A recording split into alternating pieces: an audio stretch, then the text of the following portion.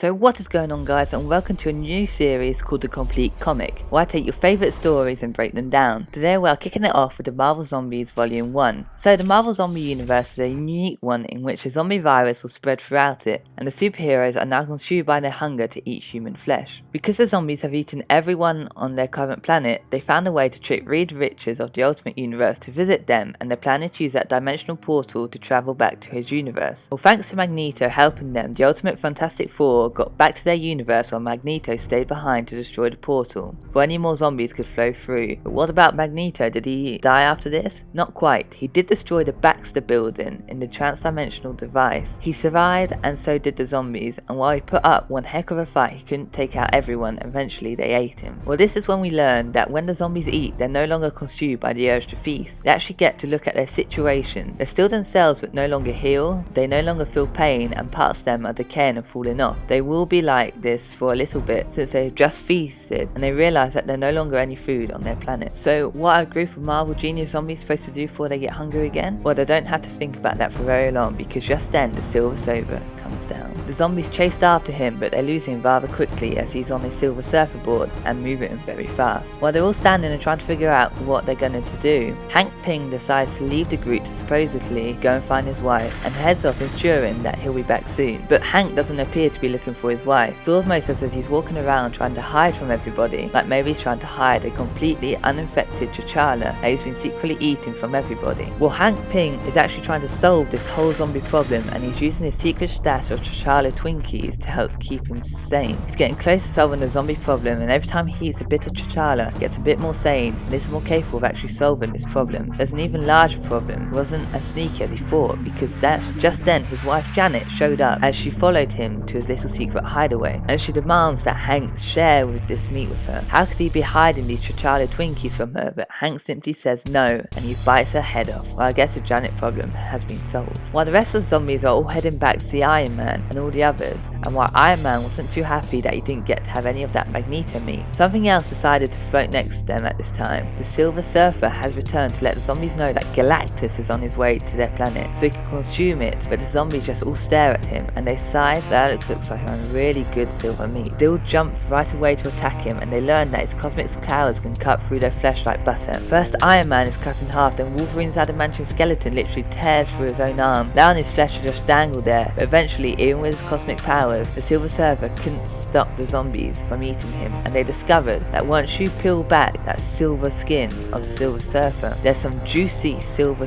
filling on the inside. And what's interesting is that the zombies discovered that if they eat this cosmic and beautiful filling, they're imbued with cosmic powers just like the Silver Surfer. Meanwhile, while Hank is off fighting for some of that juicy Silver Surfer filling, T'Challa wakes up and he begins to walk off and decided to take the severed head of Janet with him. You see, since she's a zombie, her head still functions, and she begins to torture T'Challa by asking him if she can just have a little nibble of him, just give her a little, just solve her hunger problems. Maybe just give her a pinky finger, but T'Challa begs her to stop. It's a little disconcerting to have a friend of his wanting to eat him, especially since she obviously has no stomach. That's all a mental problem. Back with the rest of the zombies, things get a little more bizarre as Galactus arrives, demanding to know where his herald is, and Hank replies, "We ate him, and we're still hungry." But being that this is Galactus, there isn't much they can do to fight him, and they run off planning to figure out a way they can stop him later. So Hank leads them to a secret lab where he discovers that T'Challa has escaped, so he better work quickly while he still can, as his hunger has been solved from the Silver Surfer. Back with T'Challa, he finds himself confronted by Magneto's followers from Asteroid M, and at first they think he's a threat and attack him, but T'Challa defeats the Asteroid M humans while only one arm and one leg, and they all agree to stop fighting. T'Challa grabs Janet's head and he brings her along with him so that the remaining humans, T'Challa and the head of Janet, can all head to Asteroid M and get away from the planet that is actually about to be destroyed by Galactus. And once they get up there, they take the head off Janet so they can find a cure. While T'Challa meets the man in charge of the asteroid, while back on Earth, the Marvel zombies seem to have figured out a way they can fight Galactus. It combines all of their new cosmic powers into a single focused cosmic power beam, and it works.